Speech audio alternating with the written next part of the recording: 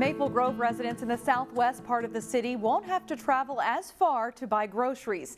A new Hy-Vee store opens Tuesday at Bass Lake Road and County Road 101. Reporter Pafua Yang gives us a sneak peek inside.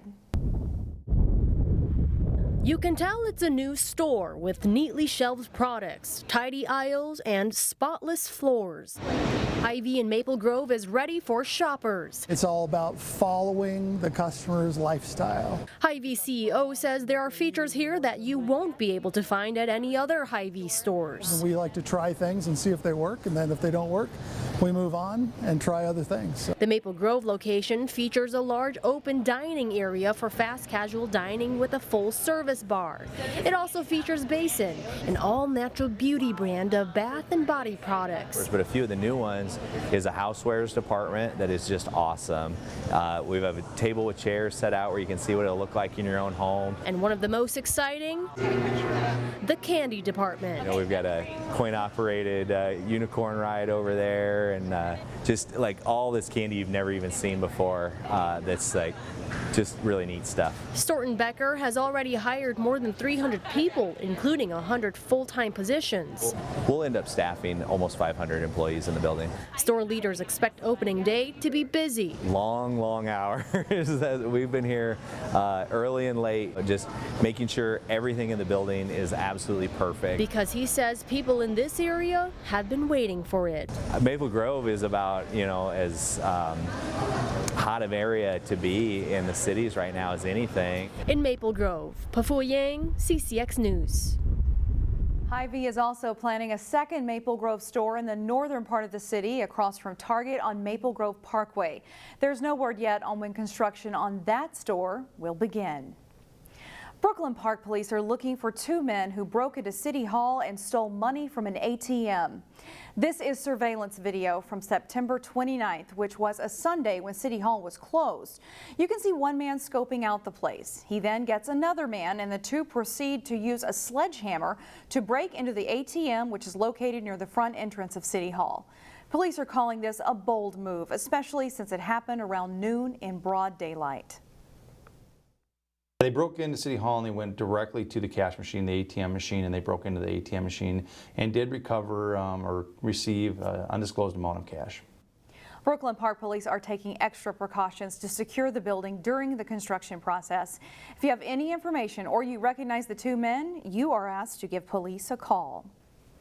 A big day for Second Harvest Heartland as the food bank celebrated its new Brooklyn Park location.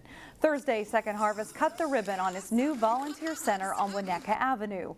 Organizers say the new center could see more than 30,000 volunteers per year to come in and pack groceries for families in need in the new space.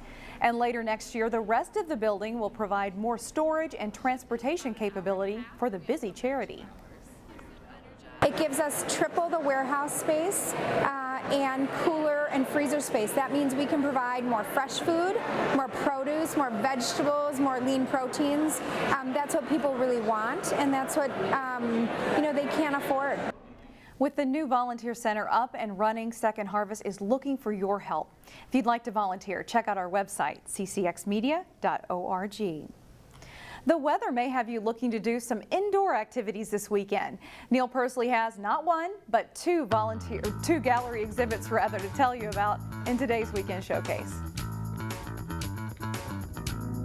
Gallery 5004 in Robbinsdale specializes in Minnesota artists from the past century, and in their Minnesota Masters exhibit going on now, they have some gems. A rare opportunity for people to see 5 oil-on-canvas paintings by an artist by the name of Earl Lauren. Lauren was born in 1905 and after graduating from the University of Minnesota, studied at the Minneapolis School of Art under Cameron Booth. The 5 pieces that we have, some of which are very similar to ones that are, again, in the Smithsonian Institution in Washington, D.C., and also at the Minnesota Museum of American Art here in St. Paul. All of these were done back in the 1930s. So these are old paintings. They look, to me, like they were almost done yesterday. There are 38 Minnesota artists featured, both from the past and present. There are fascinating glass pieces by Michael Tonder and 2 pieces by renowned kinetic sculptor Bruce Stillman. The artist kind of referred to the art of pleasant motion. Don't miss the Minnesota Masters exhibition at Gallery 5004 through October 19th. Across the street at the Robin Gallery, artist Greg Lecker has an exhibition called Watershed. And watershed really has two meanings. It's the meaning of an area of land that sheds water to a specific area, and we're fortunate in Minnesota to have 3 watersheds. Greg is primarily a plein air painter, meaning he paints outdoors on location. And then the second meaning of watershed is a turning point. And so the notion of we're at a historic turning point in terms of where we stand in terms of the environment. And don't miss the live painting event with Greg next Saturday from 1 to 3. You can drink in this visual liquid refreshment at the Robin Gallery through October 26th. For Weekend Showcase from Robbinsdale, Neil Persley, CCX News. Now, either you've heard of Booya before or you haven't, but this Saturday you'll have a chance to try it out. There's always a little secret in everybody's Booya every year. If I told you what it was, it wouldn't be a secret. But Booya making Dave Thompson isn't giving away any secrets to this year's batch of Booya that the Palmer Lake VFW in Brooklyn Park will dish up and dish out on Saturday starting at noon. Volunteers came together this week to chop up and prepare enough meat and vegetables to make around 200 gallons.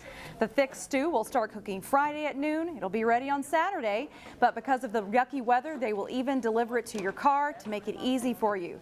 They serve at noon starting on Saturday.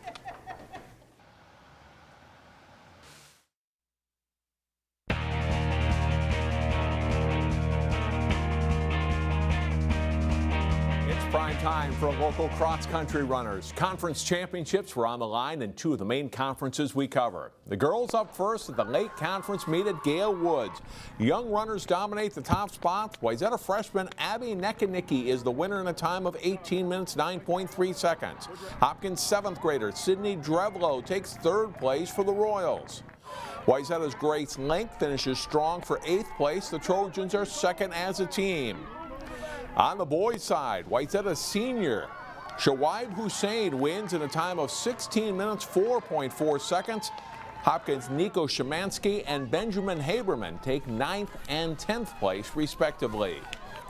Local runners also fared well at the Northwest Suburban Conference meet. The rain holding off for the start of the girls' race at Elk River Golf Club, and it's all District 279 at the front of the pack. Osseo sophomore Lex Davis wins in a time of 19:27.10. Maple Grove sophomore Lindsey Young is the runner-up, with Jules Davis of Osseo 3rd. Team-wise, Andover wins with Maple Grove 2nd and Osseo 3rd. Next up, the boys run in a steady rain, and it's a win for Osseo here also. McKinnon McCorrow takes 1st in 16 minutes 42.5 seconds. Champlin Park's Connor Preston is 2nd, and C.J. Young of Maple Grove 3rd. Maple Grove wins the team title with Armstrong in 2nd. It was a rainy night for playoff soccer in the northwest suburbs. Many local teams had their playoff openers. Maple Grove boys hosting rival Osseo in Section 8AA. Charlie Miller's long free kick leads to a header goal for Caleb Robinson. Maple Grove grabs a 1-0 lead. Osseo only gets one chance all night, but Crimson goalie Tyler Werns makes a huge stop with just under 10 minutes left in the match. And Maple Grove adds an insurance goal as Damon Humphrey hooks a corner kick in, and Maple Grove wins 2-0. They host Moorhead in the semifinals Saturday. In Section 5AA, top-seeded Park Center easily won their quarterfinal round match over St. Paul Harding. The Pirates next host the winner of Thursday night's Mounds View Champlin Park match. That was in the rain, featuring the 4 and 5 seeds. Second half, the Mustangs are awarded a penalty kick. Yanni Solis scores on the PK to give Mounds View a 2-0 lead. Champlin Park got a goal from Cullen McSweeney, but late in the match, goalie Jason Min of Mounds View robs Leo Kona of a great scoring chance from in close. That would have tied the match. Mounds View wins 2-1. They advance to the semifinals at Park Center Saturday. In Section 5AA girls soccer, Park Center visited top seed Champlin Park in a quarterfinal round match. Midway through the first half, Paige Kalla getting a step on the defender, lofts the shot into the back of the Pirates' net. That's the first goal of the night. A few minutes later, Kalla on the corner kick The ball deflects to number 17, Megan Carlson, who scores, giving Champlin Park a 2-0 lead going into halftime. Second half, Carlson will play a nice through ball ahead to Julia Sullivan, who scores the third Rebels goal of the match. Champlin Park goes on to win 5-0. They host Spring Lake Park Saturday at 1 o'clock.